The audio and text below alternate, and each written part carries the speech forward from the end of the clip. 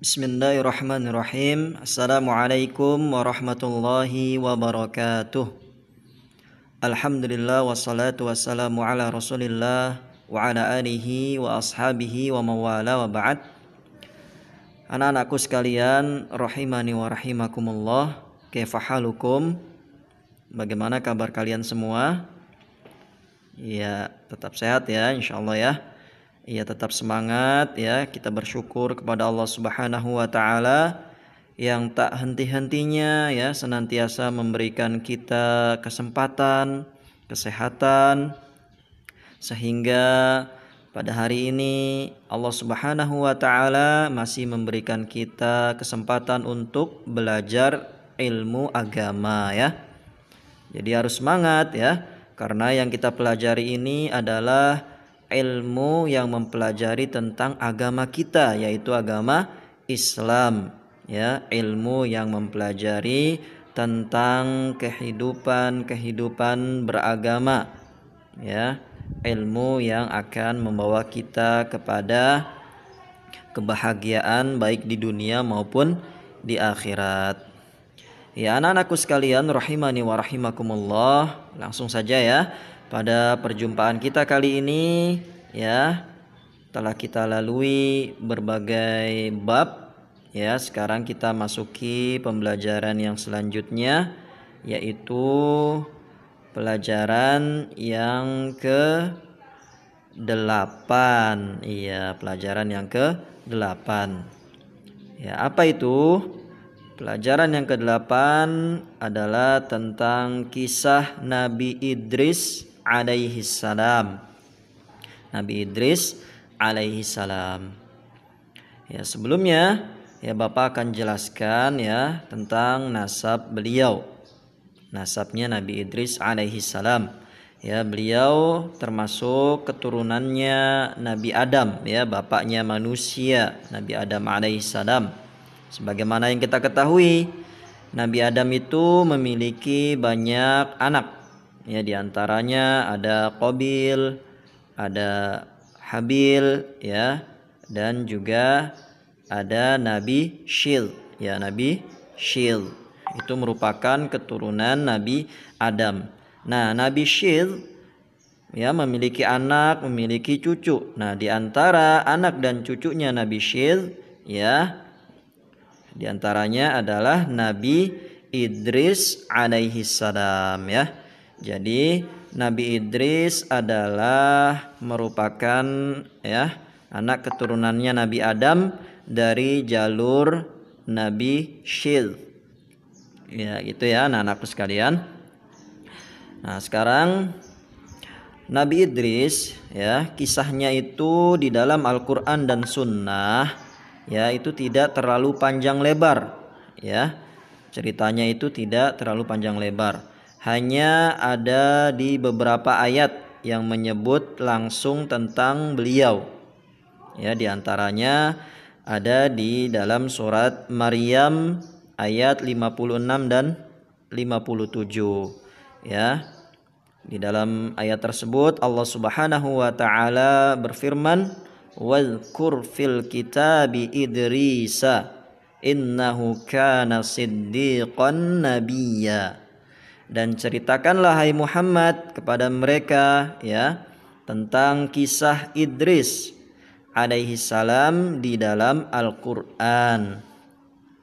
Sesungguhnya ya, ia adalah seorang yang sangat membenarkan, seorang yang siddiqon, nabiyya, dan seorang nabi. Wa rafa'nahu makanan 'aliyya, dan kami, kata Allah, telah mengangkatnya ke martabat yang tinggi.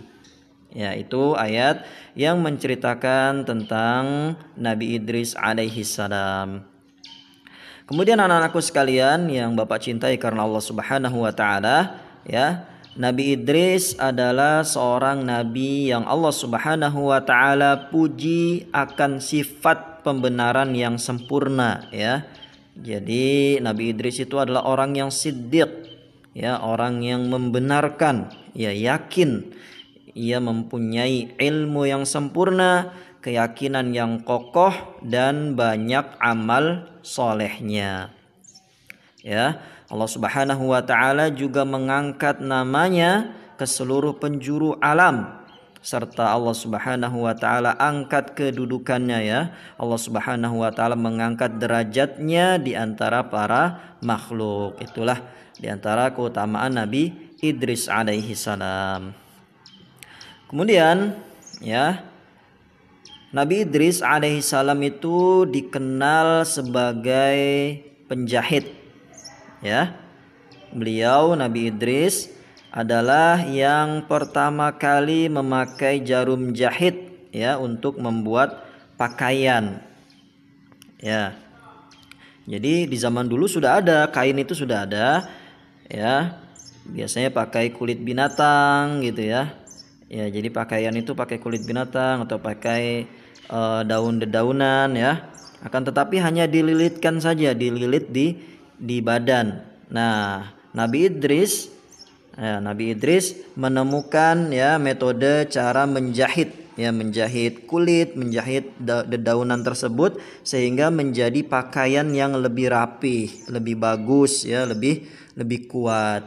Ya, itulah keutamaannya Nabi Idris ya. Beliau terkenal sebagai penjahit yang pertama kali memakai jarum jahit. Ya, kemudian Nabi Idris alaihi salam juga merupakan manusia yang pertama kali menulis dengan kolam, dengan pena ya.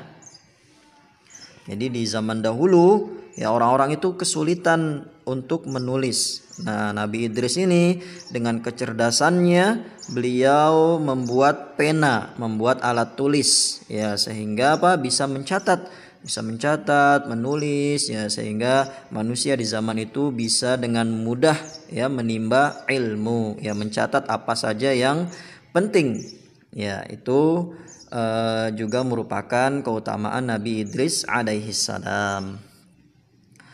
Kemudian anak-anakku sekalian ya, Rasulullah Shallallahu alaihi wasallam ya pernah bertemu dengan Nabi Idris ya, tepatnya pada peristiwa Isra dan Mi'raj ketika beliau Shallallahu alaihi wasallam melewati langit keempat. Nah, disitulah ya Rasulullah bertemu dengan Nabi Idris ya.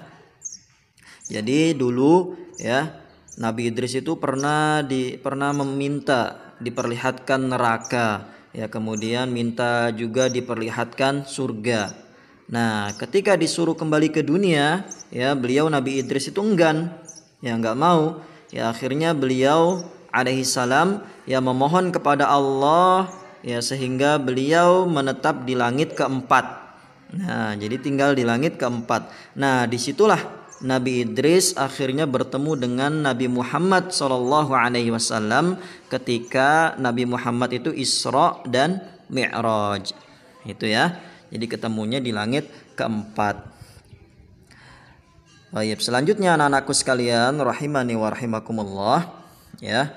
Allah Subhanahu wa taala memberikan karunia kepada Nabi Idris ya, berupa diangkat derajatnya ya setiap hari senilai amal baik seluruh manusia. Ya, jadi Allah Subhanahu wa taala memberikan keutamaan kepada Nabi Idris dengan mengangkat derajatnya ya setinggi-tingginya. Ya. Kemudian dahulu ya sebelum meninggal Nabi Idris naik ke langit bersama malaikat. Setelah sampai di langit keempat, beliau bertemu dengan malaikat maut yang akan turun ke bumi. Malaikat itu diperintahkan oleh Allah untuk mencabut nyawanya di langit keempat. Ya, akhirnya roh beliau alaihi salam diambil ketika di langit keempat tersebut. Ya, jadi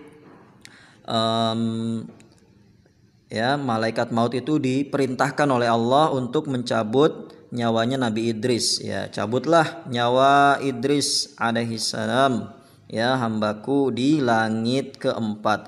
Nah, malaikat maut itu bingung ya, loh ya, bagaimana aku akan mencabut nyawa Nabi Idris di langit keempat, sedangkan sepengetahuanku ya, kata malaikat maut, Nabi Idris itu tinggalnya di bumi gitu ya.